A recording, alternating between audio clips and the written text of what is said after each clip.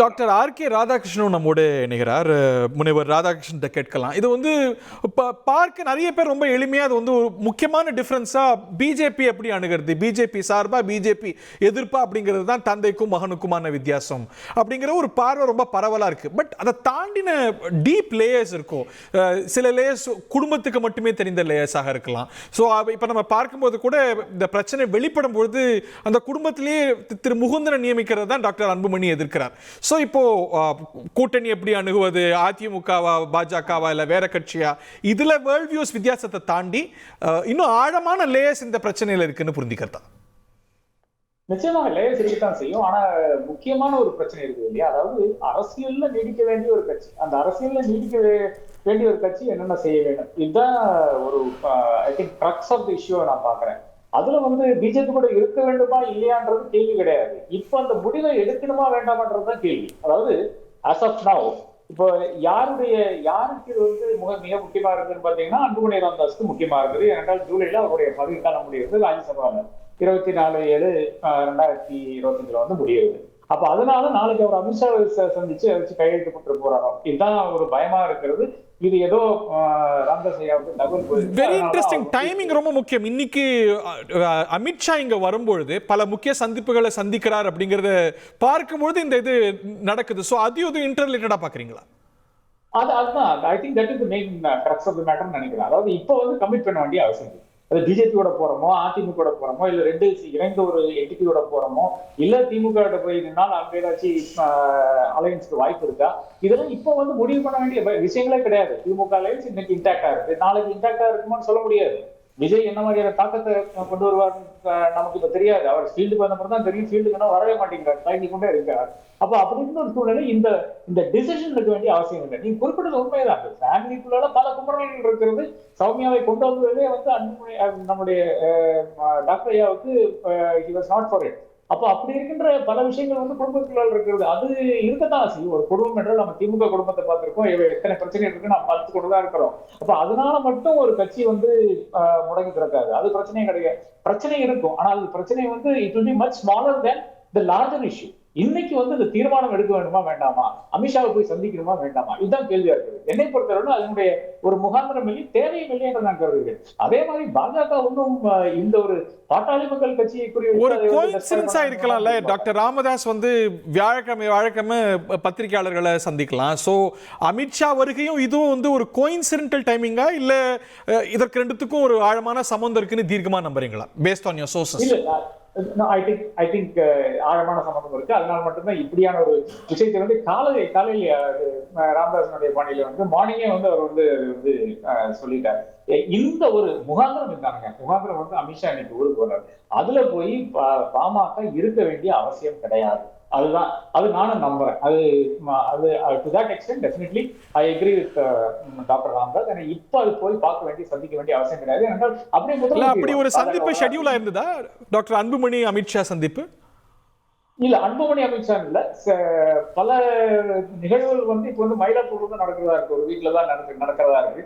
அப்போ அந்த வீட்டுல யாரெல்லாம் யாரை சந்திப்பாங்க, எனக்கு தெரிஞ்சு வந்து அலையன்ஸ் லீடர்ஸ் சிலர் சந்திக்கிறாங்கன்னு நான் கேள்விப்பட்டேன். அது யாரு என்பதெல்லாம் இப்போதைக்கு கூற முடியாத ஒரு நிலைமைதான் இருக்குது. ஏன்னா அது very closely held list. Alliance leader சந்திக்கிறாங்கன்னு எனக்கு தெரியும். அந்த அலையன்ஸ் லீடர் உருவாக்கம் அப்படிங்கிறது, என்டிஏ உருவாக்கம், அதை ஷேப் பண்றது அப்படிங்கிறது அதனது கோர் அஜெண்டாவா நம்ம பாக்குறதா? நிச்சயமாக. அதாவது இப்ப வர்றது வந்து இப்போதைக்கு இருக்கின்ற தமிழக சூழல் வந்து ஆராயிருக்கு தான் நிச்சயமா அமித்ஷா வராரு. அதுல ஏதாச்சும் கமிட்மெண்ட்ஸ் கிடைச்சா why would he say no? இப்போ ஒரு ஐஜேகேயோ ஜான் பாண்டியனோ கிருஷ்ணசாமி சொல்றதுல பிரச்சனை கிடையாது. எல்லாம் single man parties, AC Shanmugam எல்லாம் சிங்கிள் மேன் பார்ட்டிஸ், அவர்கள் என்ன வேணா சொல்லி போட்டோம், அதுல பிரச்சனை கிடையாது. பாமக அப்படியான கட்சி கிடையாது. அப்ப அந்த ஒரு நிலையில் வந்து இவர் சென்று சந்திச்சாலே அது ஒரு பாமகவுக்கே ஒரு பின்னடைவாகும். அதே மாதிரி இன்னைக்கு இருக்கின்ற அந்த சூழ்நிலையில வந்து நம்ம பார்த்தோம், அன்புமணி வந்து ராஜ்யசபால இந்த வக்ஃப் பில்ல வந்து எதிர்க்காமல் ஆதரிக்காமல் வெளிநடப்பு செய்தார்.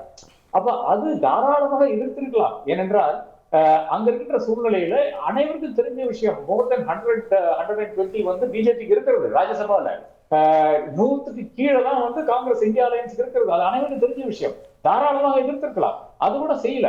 அப்போ அதுல வந்து பாமகவுடைய கிரெடென்ஷியல்ஸ் தான் பிரச்சனையாகுது. அதே மாதிரி மறுபடியும் போய் அமித்ஷாவை சந்தித்தால் பாமகவனுடைய அந்த டெமோக்ராட்டிக் இல்லை என்றால் அந்த செக்யூலர் கிரெடென்ஷியல்ஸ்க்கு மறுபடியும் ஒரு புத்தகம் விளைவிக்கின்ற அவங்களுக்கு வேற என்ன ஆப்ஷன்ஸ் இருக்கு டாக்டர் ராதாகிருஷ்ணன்? இப்போ வந்து இப்போ இன்னைக்கு பாமக வந்து அந்த அலையன்ஸ்ல இல்லைன்னா, என்டிஏ அலையன்ஸ்ல இல்லைன்னா, கிட்டத்தட்ட எல்லா அப்சர்வேஷனும் என்டிஏ நோக்கி தான் அதிமுக வந்துட்டு இருக்கு அப்படின்னு. அவங்க திமுக இடம்பெற முடியுமா? விசிக அதுக்கு ஏற்றுக்குமா? இல்லை விசிகாவை தவிர்த்து பாமகவை திமுக கன்சிடர் பண்ணுமா?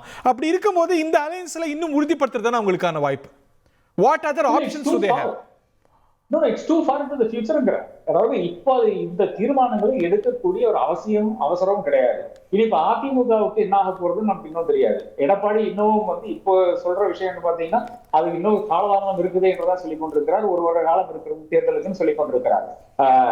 என்றால் செங்கோட்டையனும் நம்மளுடைய வேலுமணி இவர்கள் எல்லாம் வேணால் புது ஒரு அதிமுகவை ஆரம்பிக்கலாம். ஆனா அதெல்லாம் அதற்கு கூட காலவாசம் இருக்கிறது. ஒரு அரசியல் தலைவர் வந்து எடுத்து ஒரு நடவடிக்கை எடுக்க மாட்டாங்க. 1 year, 1 week is a long, very, very long time in politics. அப்படி இருக்கும்போது 1 year is an extraordinarily long time in politics to take these decisions and alliances. இன்னைக்கு எடுக்கப்பட்ட முடிவுகளுடைய லீகாலிட்டி பத்தியும் கேள்வி இருக்கு. அதோட பொலிட்டிக்கல் இம்ப்ளிகேஷன்ஸ் பார்த்துட்டு இருக்கோம். அது நேரம் ரொம்ப முக்கியத்துவம் வாய்ந்தது. என்டிஏ உடைய உருவாக்கத்தை இன்னைக்கு அமித்ஷா அதுக்கான ஸ்ட்ராட்டஜிஸ் எல்லாம் வகுப்பார், அதுக்கான சந்திப்புகள்லாம் பேசுவார் அப்படிங்கிறது ஹெட்லைன் ஆயிட்டு இருக்கும்போது என்டிஏ உடைய ஒரு ரொம்ப முக்கியமான அங்கத்துவமான பாட்டாளி மக்கள் கட்சியில இந்த மாதிரியான ஒரு டிராமாட்டிக் டெவலப்மெண்ட். ஆனா இது செல்லுமாங்கிற கேள்வி எழுந்திருக்குல்ல கோட்டீஸ்வரன். நம்ம பாலிடிக்ஸை ரொம்ப நாளா பார்த்துட்டு இருக்கோம். டாக்டர் ராமதாஸ் அந்த கட்சியுடைய ரொம்ப முக்கியமான ஹெட், அவர் நிறுவனர், அந்த கட்சியுடைய தலைவர் அப்படிங்கிற ஒரு பொறுப்பு ஜி.கே. மணி தான் ரொம்ப காலம் வச்சுட்டு இருந்தார். ஸோ ஒரு தலைமை பொறுப்பு கூட அவர் வச்சுக்கல. பிறகு திரு அன்புமணி வந்தார். இன்னைக்கு நிறுவனர் அப்படிங்கிற இடத்துல இருந்து அவரை நீக்கிறார். நம்ம அகிலேஷ் யாதவ் அவருடைய தந்தையாருடைய இஷ்யூ எல்லாம் பார்த்தோம். அது எலெக்ஷன் கமிஷன்ல போய் சால்வ் ஆச்சு. ஸோ டாக்டர் ராமதாஸுக்கு லீகலி ஸ்பீக்கிங் அந்த பார்ட்டியோட கான்ஸ்டிடியூஷன் படி ஃபவுண்டருங்கிற அடிப்படையில் இந்த மாதிரியான ஸ்வீப்பிங் சேஞ்சஸை பண்றதுக்கான அதிகாரம் இருக்கா? ரொம்ப ஒரு முக்கியமான கேள்வி இது. அதாவது பாட்டாளி மக்கள் கட்சி தொண்டர்களுக்கு கூட இது முக்கியமான கேள்வி. இது வந்து 2 காரணங்கள் இல்லை 2 வகையாக இதை வந்து பார்க்கலாம். முதல்ல வந்து ஐயா மருத்துவர் ராமதாஸ்க்கு வந்து பார்த்திங்கன்னா வயது மூப்பு அதிகம். வயது தாண்டியும் கூட அந்த தைரியத்தை பாராட்டணுங்க. ஒரு கட்சி தலைமைக்கு வந்து 2 விஷயம் ரொம்ப முக்கியங்க. ஒன்று தைரியம், இன்னொன்று தொண்டரோட அந்த நம்பிக்கை. இது என் கட்சி, என் தொண்டர்கள்கிட்ட என்கிட்ட தான் இருப்பாங்க. பெற்ற மகனாக இருந்தாலும் பரவாயில்ல, சொல் பேச்சு கேட்கலன்னா கட்சி பதவியிலேருந்து நீக்குவேன்னு சொல்லி நீக்கியிருக்கார். இந்த முடிவை நிறைய கட்சி தலைவர்கள் எடுக்க தயங்குவாங்க. ஆல் இண்டியா லெவலில் ஒரு சில தலைவர்கள் தான் இந்த மாதிரி முடிவு எடுத்திருக்கிறாங்க. அகிலேஷ் யாதவுக்கு அது நடந்தது. அதாவது அவர் முலாயம் சிங் யாதவ் இருந்தப்போ பிரச்சனை வந்தது. அதே மாதிரி கலைஞர் அவர்கள் கூட பார்த்திங்கன்னா திரு ஸ்டாலின் அவர்களோட பெரிய கருத்து வேறுபாடு காரசாரெல்லாம் இல்லைன்னா கூட முக அழகிரியை வந்து கட்சியை விட்டு நீக்கியிருக்கிறார். அப்போது அந்த லெவலுக்கு வந்து 2ஆம் கட்ட தலைவர்கள் அந்த கட்சி நிறுவனர்கள் இல்லை மூத்த தலைவர்களை வந்து ஒரு நெருக்கடி கொடுக்குறாங்க. இப்போ இது வந்து கூட்டணி கொள்கை பாஜக அதெல்லாம் தாண்டி முதல் பிரச்சனை ஈகோ பிரச்சனை. பட் அதுல டெவில் சர்டிபிகேட் அவர் வந்து இன்னைக்கு அந்த கட்சியோட தலைமை பொறுப்புல இல்ல. இன்னைக்கு யங் லீடர்னு பார்த்தா ரிலேட்டிவ்லி டாக்டர் அன்புமணி தான். சோ அவரை செயல்பட விடணுமா இல்ல டாக்டர் ராமதாஸ் மாதிரியான மூத்த தலைவர்கள் பேக் சீட் டிரைவிங்க செய்யணுமா? இல்லைங்க, ஒரு நல்ல ராஜா தான் உயிரை விடுற நேரத்துலையோ இல்லை தன்னால் முடியலையோ இல்லை தனக்கு பின்னாடி இன்னும் ஒரு நல்ல ஆளுமை வரும்போது தான் ஒரு வாரிசுக்கிட்ட அந்த பொறுப்பை கொடுப்பாங்க. நான் வந்து புராதன கதை சொல்லலை, நடைமுறையில் இருக்கிறத சொல்கிறேன். உதாரணத்துக்கு கலைஞர் அவர் எதற்கு வந்து தலைவர்னு திரு ஸ்டாலின் அவர்களுக்கு கொடுக்கல, செயல் தலைவர் பதவி தான் கொடுத்தாரு. ஏன்னா நிறைய நேரத்தில் அந்த கட்சி தலைவருக்கும் சரி இல்லை குடும்ப தலைவர்களுக்கும் சரி அவர்களோட வாரிசினுடைய அந்த வீரியம் என்ன, அந்த தன்மை என்ன, எப்பொழுது அவர்களுக்கு அந்த பக்குவம் வருதுன்றது நம்மளை விட அதிகமாக தெரியும். நம்ம அன்புமணி ராமதாஸை எவ்வளோ நாள் கிட்ட இருந்து பார்த்துருப்போம். அவர் பிறந்ததுலேருந்து பார்க்குறாரு.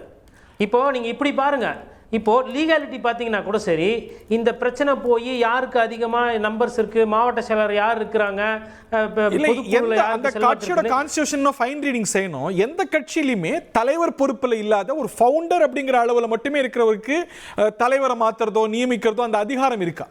இன்னைக்கு அது இது வரைக்கும் சேலஞ்ச் அதிகாரம் அந்த ஸ்ட்ரிக்ட்லி லீகலி அதிகாரம் லீகலி ஸ்பீக்கிங் வந்து இருக்கும். கண்டிப்பாக வந்துட்டு அந்த மொடாலிட்டிஸ்லாம் பார்க்காம அவர் பண்ண மாட்டார். இன்னொன்று சரி, அப்போ அன்புமணி ராமதாஸ் அவ்வளோ பெரிய லீடர் அப்படின்னா சேலஞ்ச் பண்ண வேண்டியதானே, இவர் திருப்பி நீக்க சொல்லுங்கள் பார்க்கலாம். பண்ண முடியாதுங்க. ஒன்றுங்க, அவர் ஒரிஜினல் ஓனர் அந்த கட்சி, அவர் தான் தெளிவாக சொன்னார் போன வாட்டி, இது ஏன் கட்சி, சரிங்க, உருவாக்குனது அவரு. அதை கஷ்டப்பட்டு அதுக்கு ஒரு கொள்கையை கொடுத்து அது ஒரு கோட்பாடை கொடுத்து அதுக்கு நிறைய தொண்டர்கள் வந்து கஷ்டப்பட்டு உருவாக்குனவர். நீங்கள் உருவாக்குனவர்கிட்ட போயிட்டு ஏறி வந்த ஏணியை வந்து நீங்கள் பலவீனப்படுத்துறதுன்றது அரசியலில் அது யாரும் ஏற்றுக்க மாட்டாங்க.